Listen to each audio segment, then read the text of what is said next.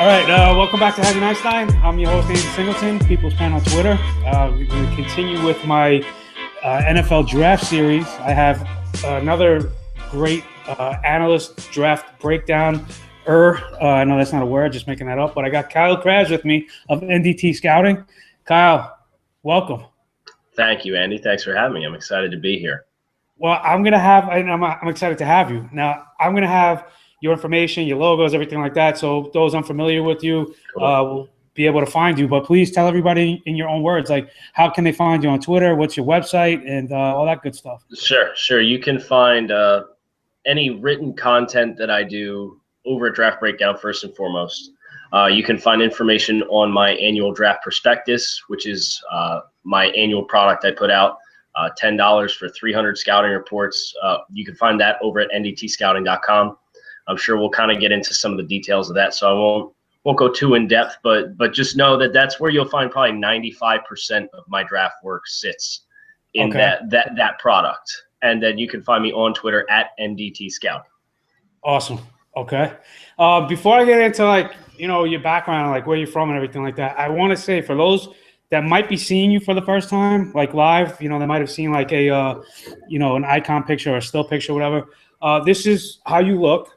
And I say that because those that follow you will probably be aware of you attempting and coming close to an eating challenge recently. I say that because you don't look like somebody that could put away that amount of food in one sitting. So I just wanted to point that out.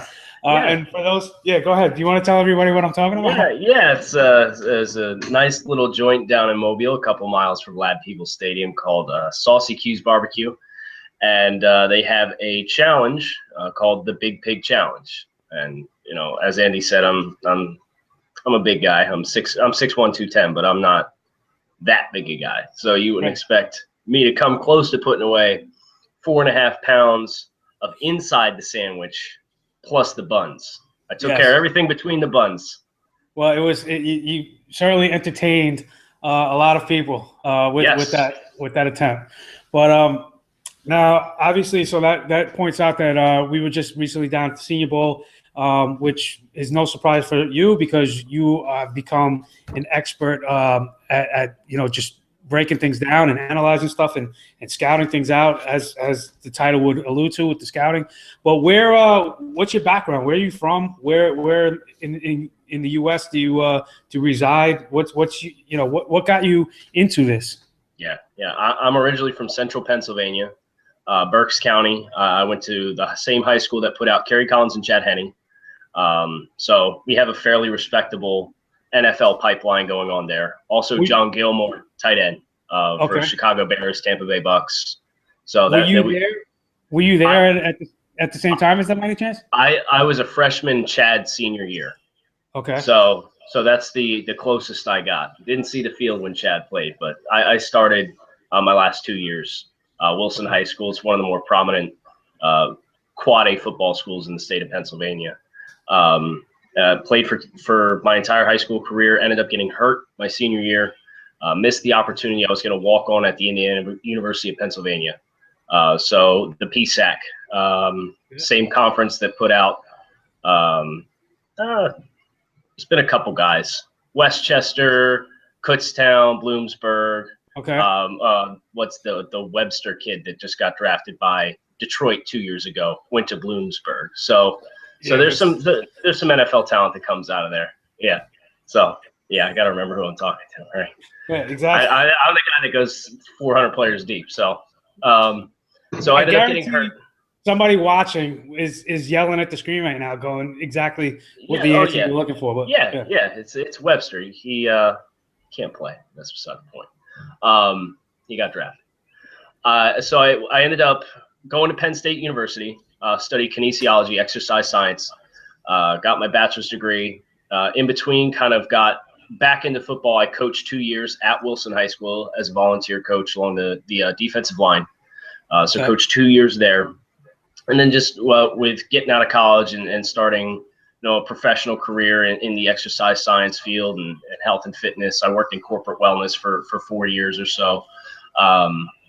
it was just time to step aside from coaching. So the next question was, okay, how do I take the next step?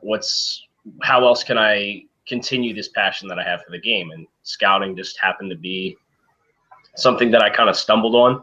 I have a friend who did an internship at a major college and ended up getting hired by a professional team in their scouting department. And when he got hired, he kind of made a point to say something to me and say, if this is something you want to do, I'll give you my notes. I'll share anything that you want to know. Just let me know, because you're smart enough, you have enough football intelligence to do it, and just put everything you got into it and see where it goes. Okay. And how long ago did this journey begin for you? I started NDT scouting in October 2013. Okay. So it's been about 2.5 years. Okay. Now, I just want to share with everybody, you mentioned your draft guide, which is available for purchase, and you showed it to me. I got to see it, live. It is awesome. It is Thank you. beautifully designed, presented, prepared. The analysis is in-depth, thorough. It really is a quality product. So for anybody like kind of wondering, should I get this? Should I not get this? It's really worth the investment. It's really, there you go. And the PDF version is just as pretty. Yes. Yes. So the PDF version is what is for sale. Okay. Retail sale. That would be way too much. It would drive the cost point up. I'm trying to stay friendly to as many people as I can. I could do a print product, but you'd be paying $35 for it.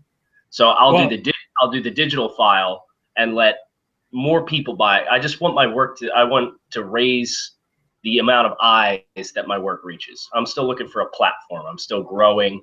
And I think that's the motivation to stay away from print right now. I would love to have a large enough demographic that I could print enough in bulk that would bring that cost point back down a little bit. But for now, digital PDF is the way that you are purchasing. And it's nice with the way the world is these days. You get it on your tablet, you get it on your smartphone. I have it on both. I just pull it up when I'm out and about and just scroll through it and read. Yeah, and I'm not like exaggerating it or trying to plug something without merit. It really is a very good product that I highly recommend. So I hope you take that for what it is. Anybody watching this, but tell me a little bit about your process. Like what are things that like walk me through a day in, like, if you're looking at a particular player. Are you watching film? Are you reading notes? Are you looking at box scores? A combination? Give me some of that background. Yeah. Over the course of the summer, I managed to get my hands on one of the scouting agencies that does the preseason work for seniors coming in. And that kind of starts my baseline list.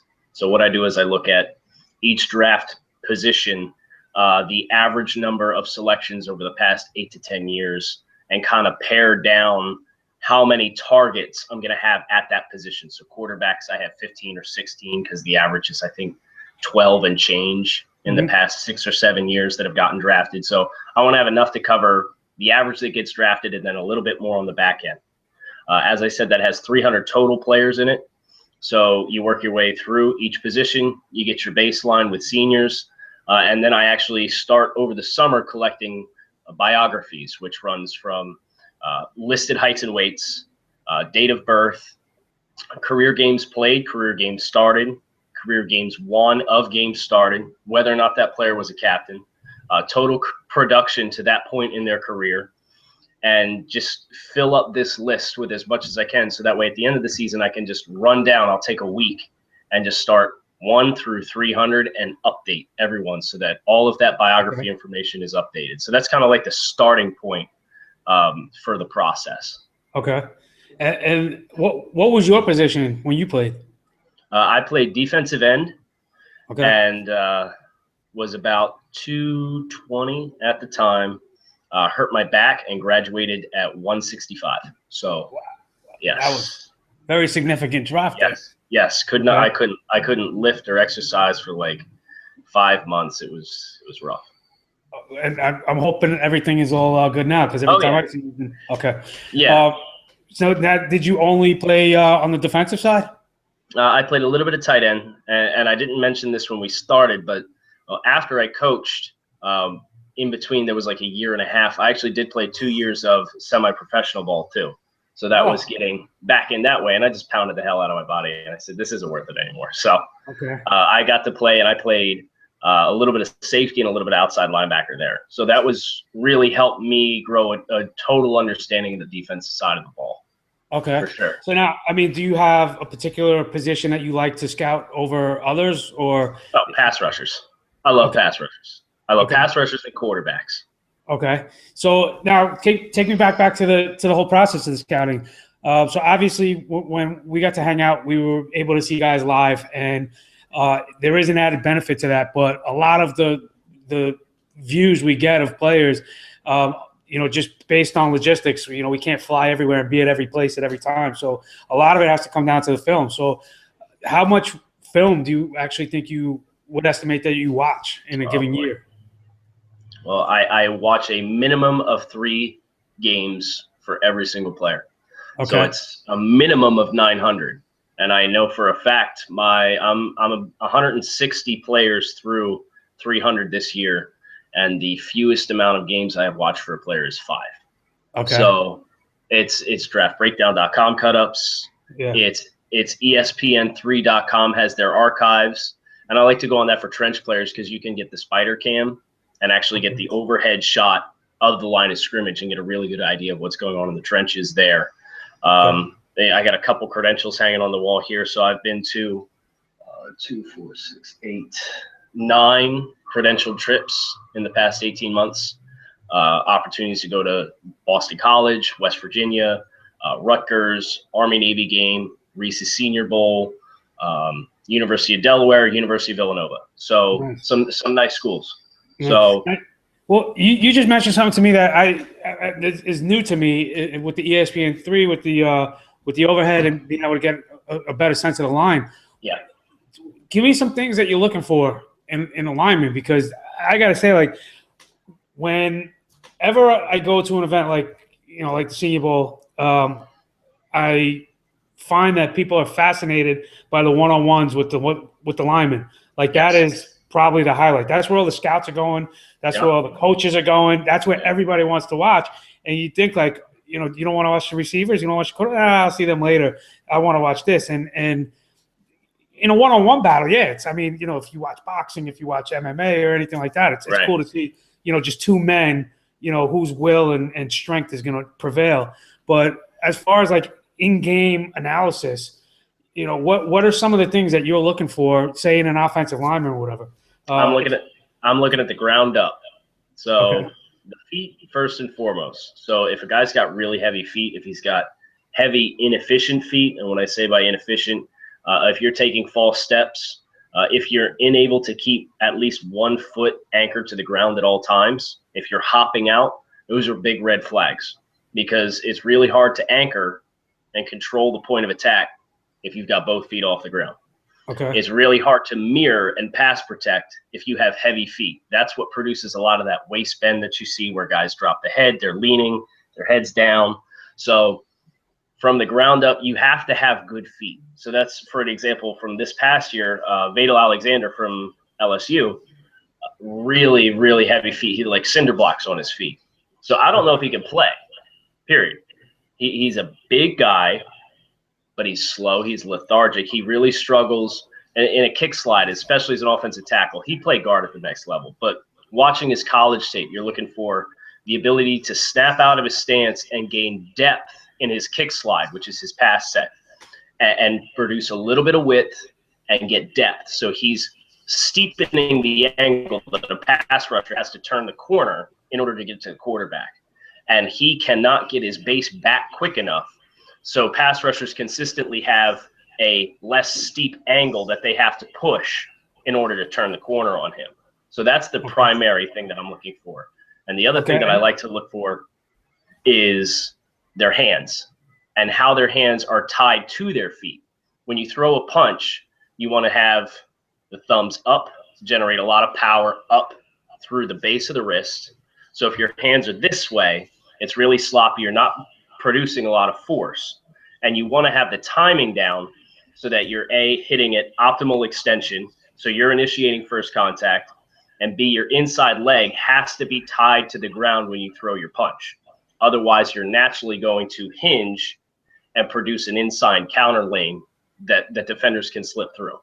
Okay, right. So you want to theoretically be a wall and Exactly. not give any way. Now, on the opposite side of that, with defensemen, are you looking more at somebody that just has pure power and is bull rushing through anything, or are you looking for somebody with a little more finesse? I mean, obviously, combination would be ideal, but if you just had one or the other to work with, what do you think is more coachable or can be, can adapt better? I think you have to have a certain level of baseline strength to play defense. Otherwise, you'll just get washed out of the play. Offensive tackles will run you past the pocket as a pass rusher. You'll get washed down against the run. You'll get blown off the ball on drive blocks. At least if you have power, if you have an ability, if you're running here and somebody's applying pressure and you have enough strength to stay relatively on that track and you're able to lean a little bit and turn around that's something that you can work with. You can develop the hand technique and the counters and attacking at the wrist and the elbow as ways to shed hands off and keep your chest clean so that you can continue your pursuit to the football. Whereas if you're just a speed guy, you're all or nothing. You're either making a guy miss and you're making a play, or you're out of the play because you just get totally overwhelmed. Mm-hmm. Okay. Now, do things like that just jump right out at you like the first time you're watching it, or do you find yourself like, you'll hear about a player and other people are talking about him, so you want to look at him a little closer, whatever, and you're going through 3, 4, 5 times before something jumps out, or is a lot of this stuff just immediately pick it right out? Just no, he had he's got a bad base and or he's got bad handwork or whatever the case is. Yeah, I think especially with those primary traits, those traits you look for as your must-haves. It's fairly evident really quick. And every once in a while, somebody will surprise you and they just had a bad game the first time you watch. But 9 times out of 10, you can get really get a feel as far as say, this is somebody that has a skill set that I can work with, or he is what he is. He's probably going to have a low ceiling at the next level. Right. So I generally get a pretty good vibe. And then the additional games are just confirmation of your initial impression, and then looking further into the finer nuances. So say, for example, I looked at Bronson Confuci from BYU as a pass rusher who was down at the Senior Bowl. And he's a little odd. He's 6'5.5", 281 right now. He's kind of in between. Yeah. He's this big, strong kid. And it really blew my mind because this was somebody that, going back to having the functional strength when you're running and having somebody apply pressure, he really gets knocked off his alignments very easily with hands on his body. But when he's able to get his first step and get hip to hip relatively quickly, he's able to bend at a very steep angle to finish plays. So this is a guy that's tall, that can bend, but doesn't know how to bend when he's engaged with players. Mm-hmm. So that's where it kind of gets tricky for me, where I have to sit down and ask, and I have to look even further in depth and say, okay, what is the problem here? Why is he unable to apply leverage and play with leverage and apply pressure to force that offensive tackle's shoulders to tilt so that he can turn that corner? Right. What's the problem there? And for him, it seems like he's a little tight in the hips. Okay. So when he's engaged, he's so upright that he doesn't have the ability to take that inside arm and press out and be able to turn. But when he's able to, his base, he's got a dynamic base. And what I mean by that is his feet are able to get out from underneath his hips, and he can carry speed relatively well. Okay. So if he plants his foot on if this is his feet and here's his hips, he's able to stick his feet here and carry speed well to turn and finish. Okay. But he just doesn't have the power to transition it. You mentioned Kafusi's size. He looked enormous, and which brings me to kind of a question. That since we're talking about base and feet and all that kind of stuff, and I just want to make sure he's not here. What does that mean for Sean Oakman? Does his size like I said, I hope he's not here because he is enormous. So now somebody that that size, that height, does that play against them? You mentioned bending and being able to, Yeah, yeah. I think he was 6'4" and change, or 6'7" and change. I'm sorry. Yeah. So, yeah, he can't play. I'm gonna be completely honest. He can't play. His biceps are thicker than his thighs.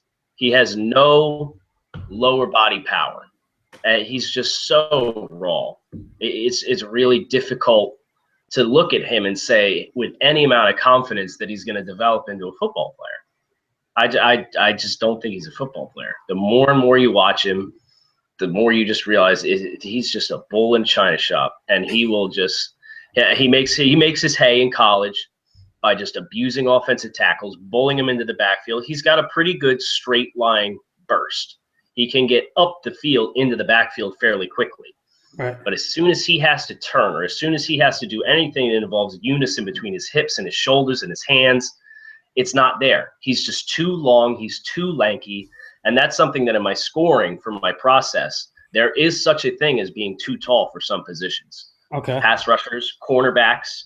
It's a bad thing if you're too tall, because now you're working with longer levers. And this kind of goes back to my background in kinesiology and exercise science, is the biomechanics of having to produce with quickness fast feet or rapid steps or change of direction skills.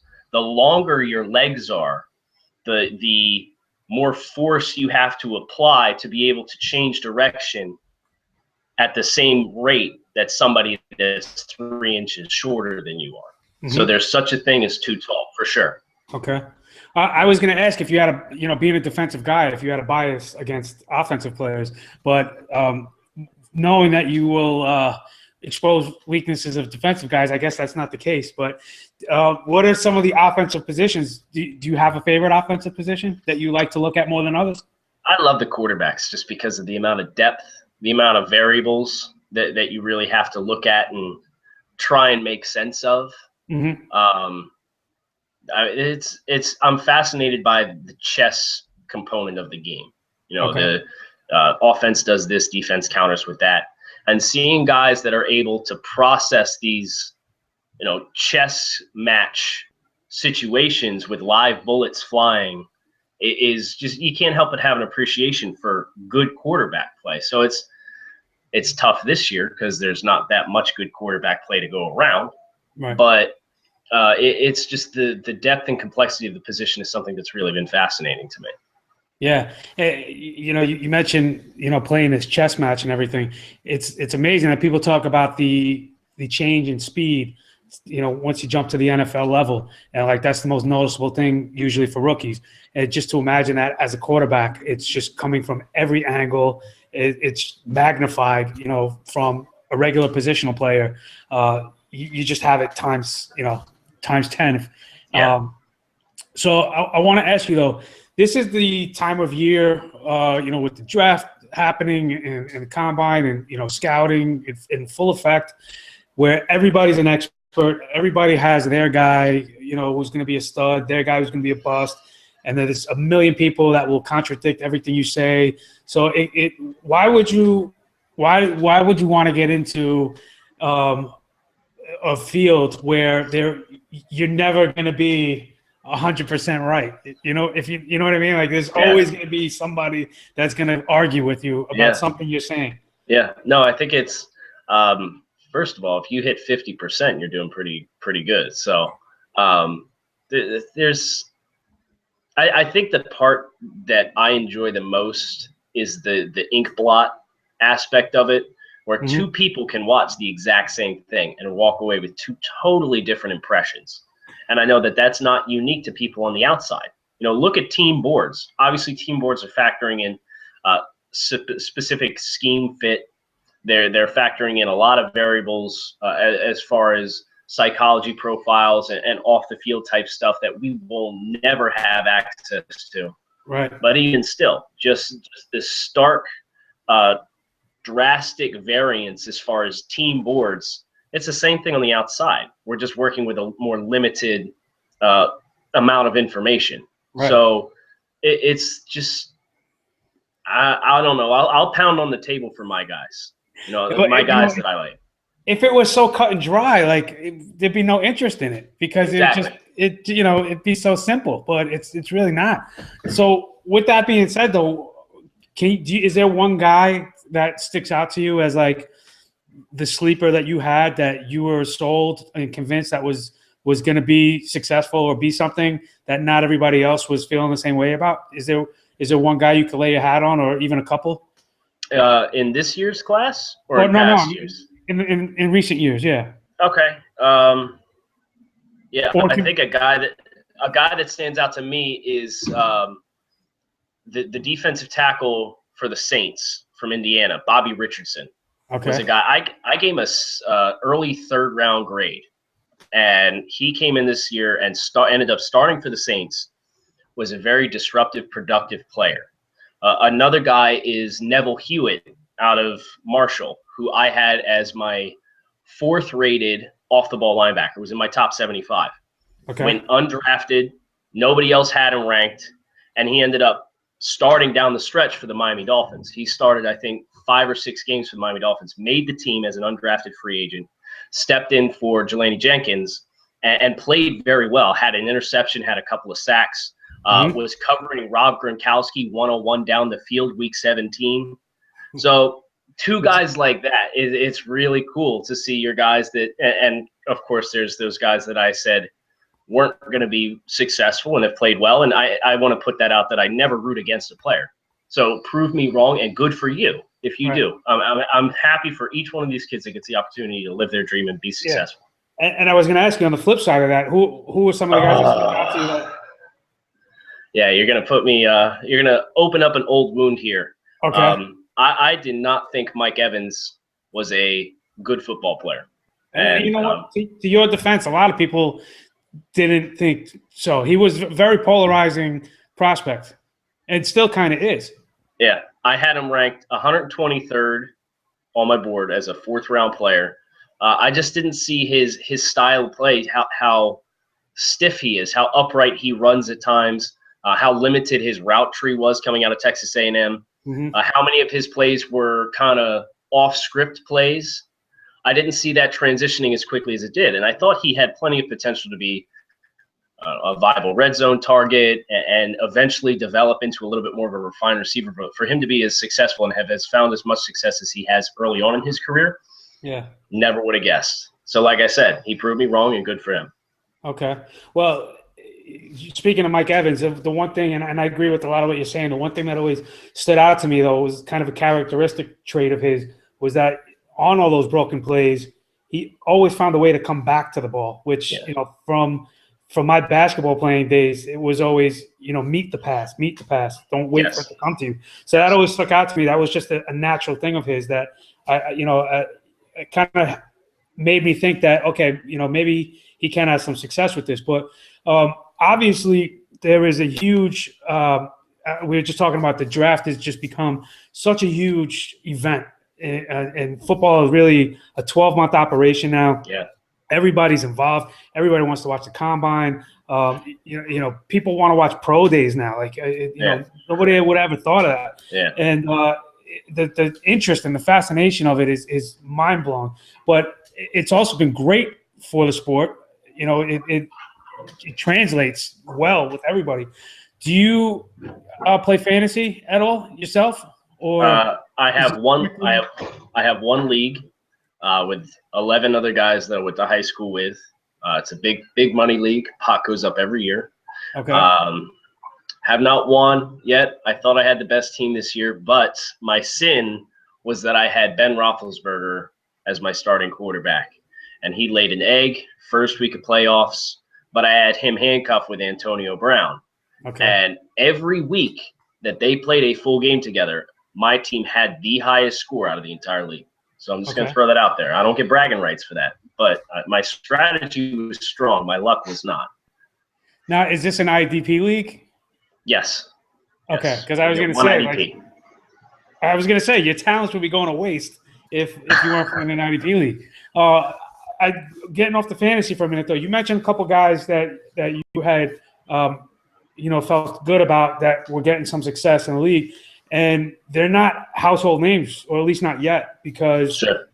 football is really, by definition, a team sport. And the guys you mentioned are valuable to a team, but don't necessarily jump out at you on the box score. So, people kind of ignore them. And everybody's looking for, the sack leader or, who has the most touchdowns. And obviously, you're not going to win a game if you don't score touchdowns. So that is very important. But it's sometimes the guys that, are blocking for the guy scoring the touchdown that have more value than the guy scoring the touchdown himself, in a weird way. So, like I said, that kind of brings me back to, you were saying you had a number on guys in your scouting process. How do you quantify, and what gets you to that number?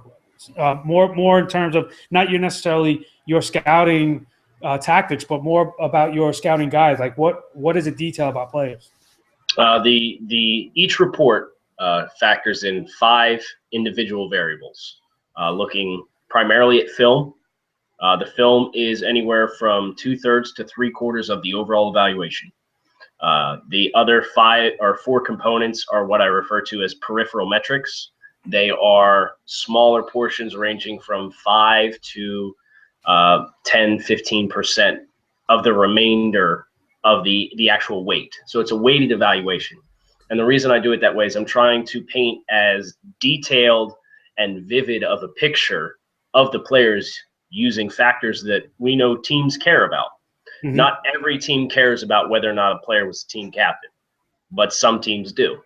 Not every team cares if a guy's arms measure 33 inches or 33 3/4 inches, but some teams do. These are little things that you pick up on the scouting trips and getting the opportunity to talk to people. You pick up, for example, that there's an NFC team that has a baseline for pass rushers that requires you have to be X height, X weight, X arm length, or else you don't qualify, and they don't consider you.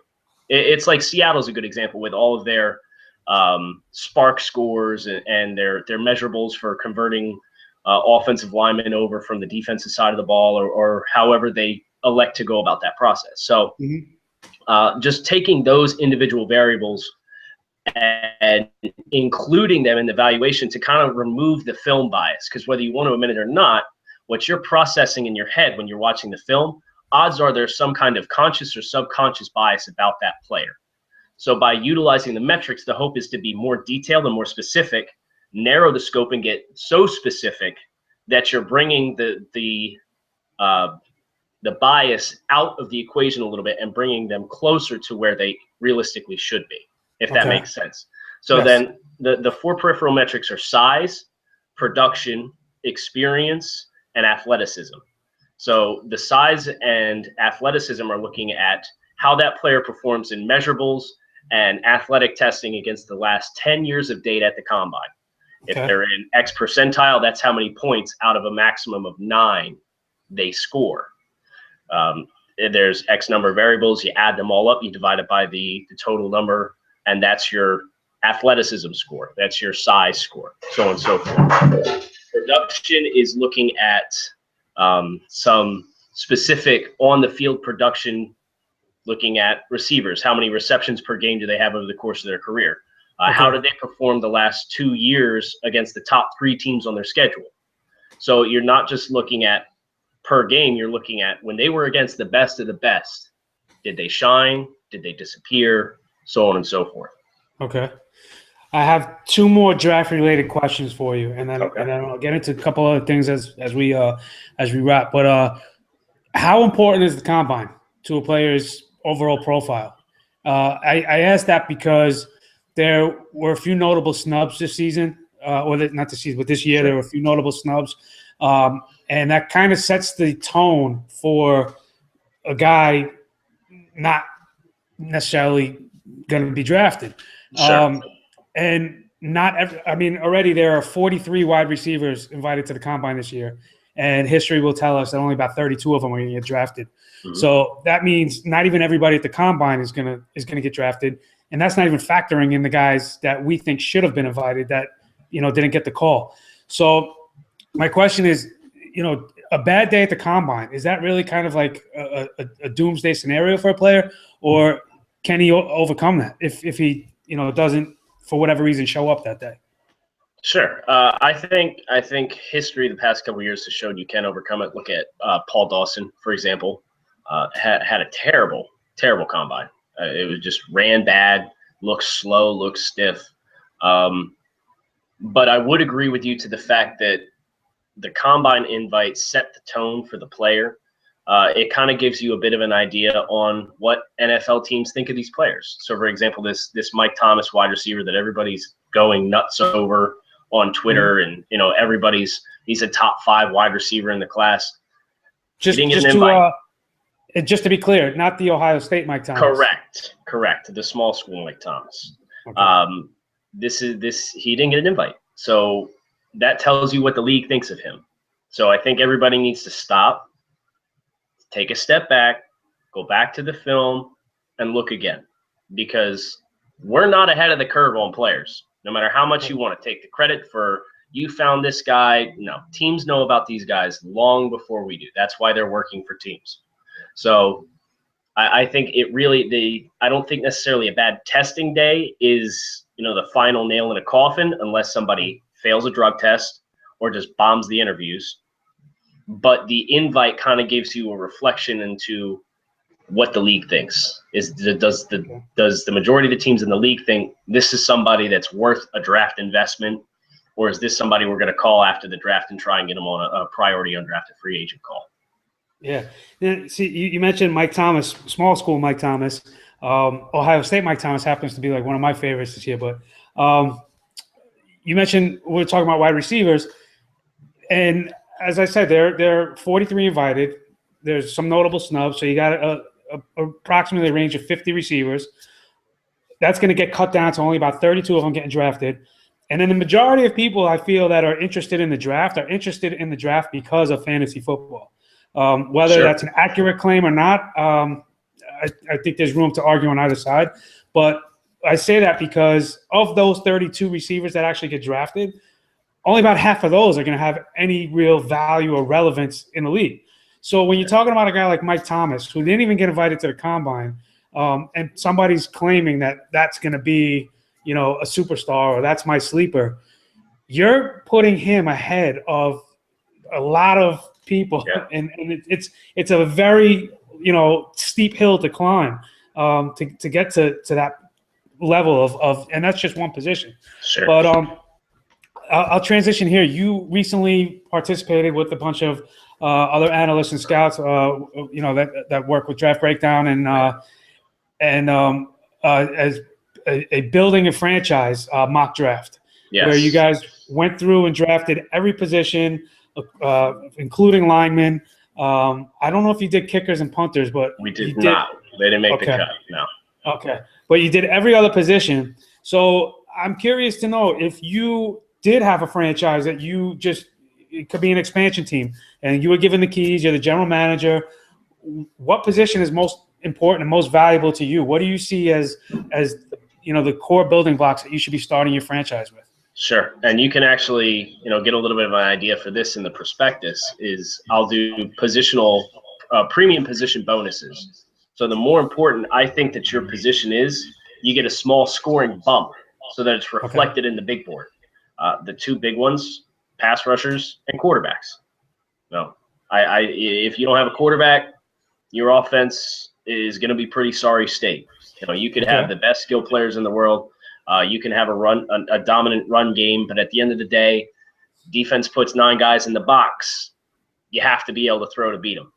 So if you have a guy that can't move the ball accurately and consistently in the air, control the line of scrimmage, get the team in the right play, it's going to cripple your offense.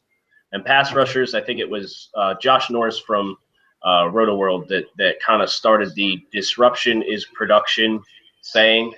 And if you are able to get an offense off script, if you're able to put them behind the chains early in the series, get them a negative play on first down with a penetration play or a tackle for loss or a sack, just look at the Super Bowl. Now look what Denver's pass rushers did in the Super Bowl. They got Carolina off track early. They got them behind in the game. They got them behind on first and second down, and they took over the game. If you have the ability to dictate what an offense does and you do that with pass rushers. I refer to it as organic pass rush. Your front four or your front five if you run a 3-4 defense. Your down linemen and your pass rushers. If you're able to not have to blitz and get after the quarterback, it's Denver is a perfect example looking at what they did to Tom Brady and Cam Newton down the stretch to win the Super Bowl. Okay. Well, I actually lied. I have one more draft question because it just came up as you were talking. You mentioned the big board. That is something that's become more and more popular in recent years. Instead of people just doing rankings by position, the big board. So basically, just putting best player available for better reference. So, what do you find is a better indicator, a better tool, or a better resource? What works best for you? Ranking guys by position or actually, assembling a big board? Well, the nice thing about the prospectus is it makes it really easy. I'll pull this out really quick so you can just kind of get a glimpse. This was my big board from last year.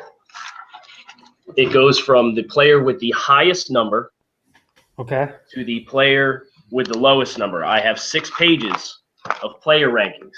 Okay. So all you do is you start with the player with the highest score. He goes first, and you work your way down. So it's directly related to position rankings, and it all comes down to a numerical score. So I think that's the value to kind of change the question with my answer is you can do subjective scoring or you can do numerical scoring.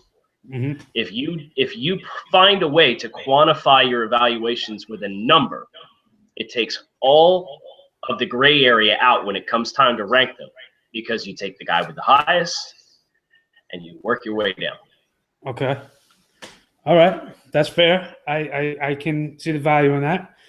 I could ask you and pick your brain for hours on end more about draft and scouting and all that kind of stuff. But I do want to ask you a couple, personal questions. So you mentioned Central Philly or Central Pennsylvania. Yes. But I believe you're near Philly. Am I correct? Yes, I live about 10 minutes south of Lincoln Financial Field right now. Okay. So are there any other things you like to do when you're not watching film or going to games and scouting?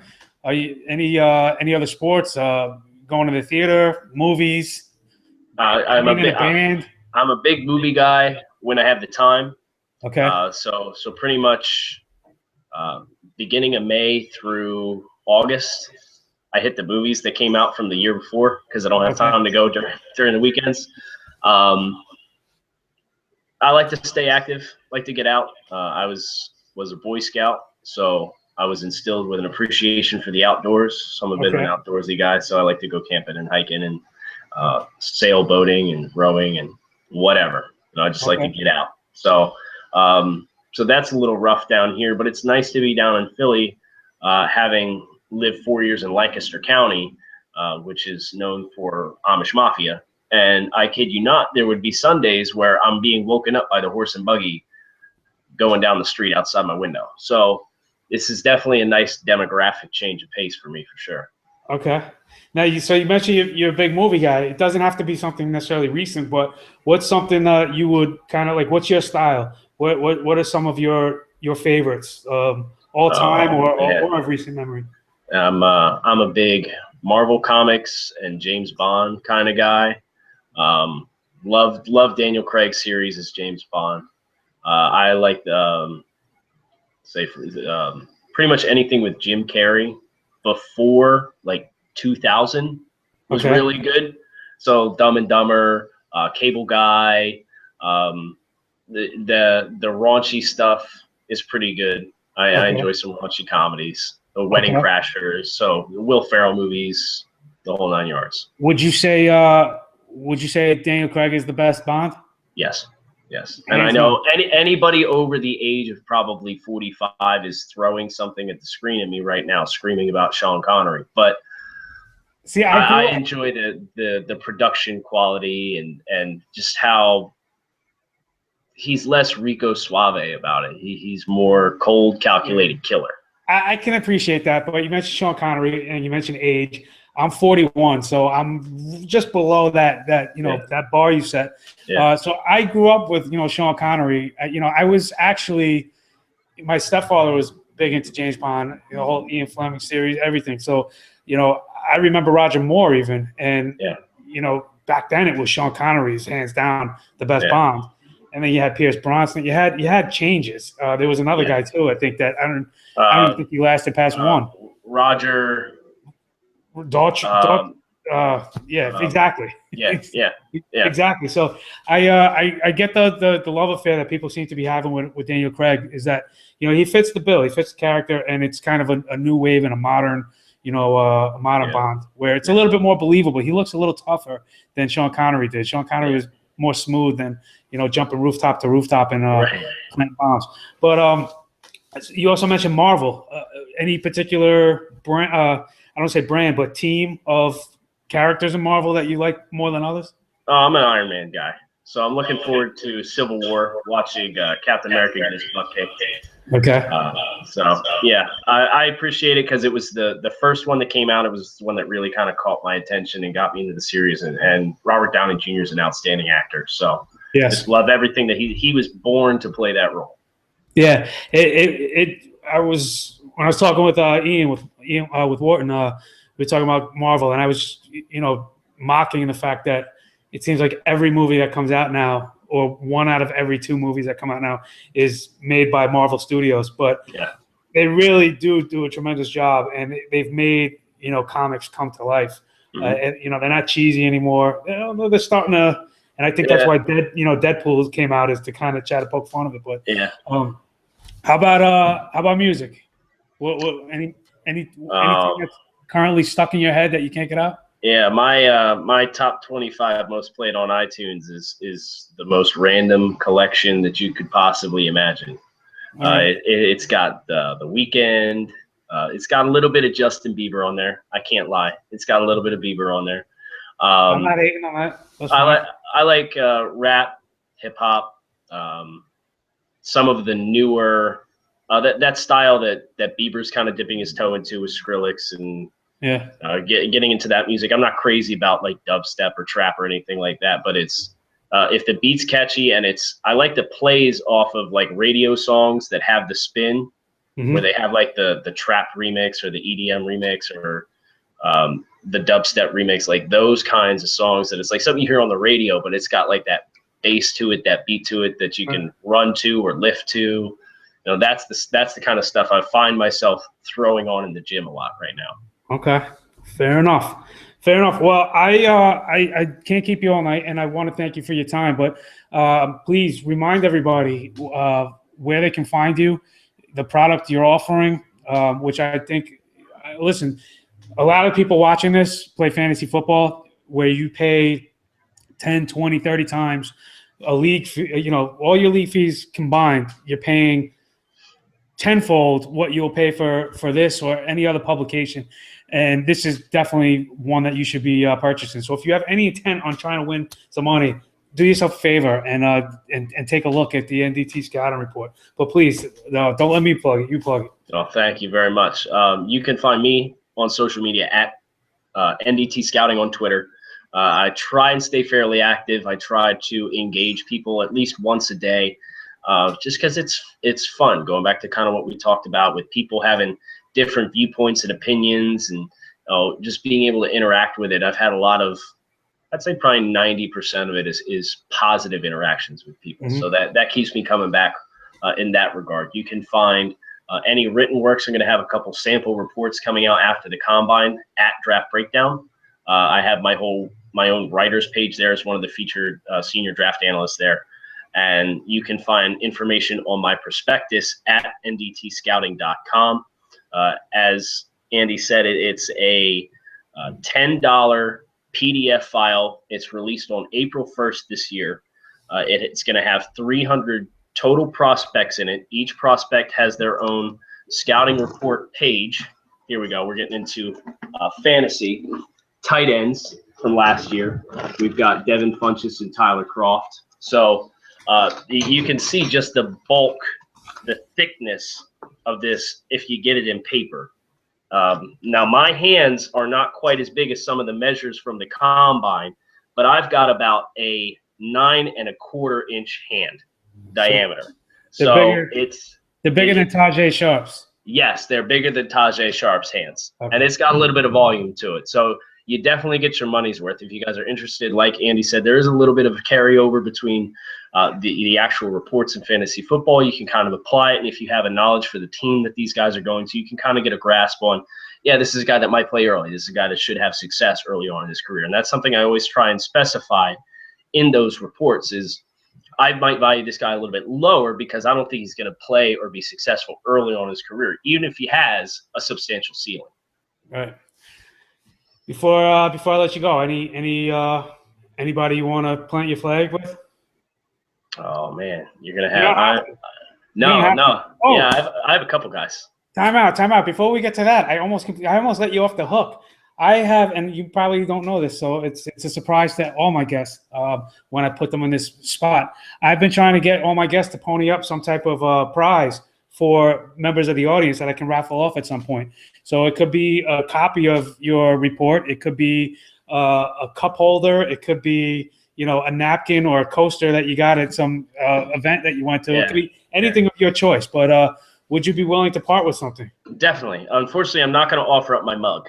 Okay. You can't have the mug, but okay. I will offer up a digital copy of the 2016 prospectus. Awesome. And I'll put the link in the in the comment section for how people can find that on their own. But we will definitely raffle off one of these to one lucky viewer of this.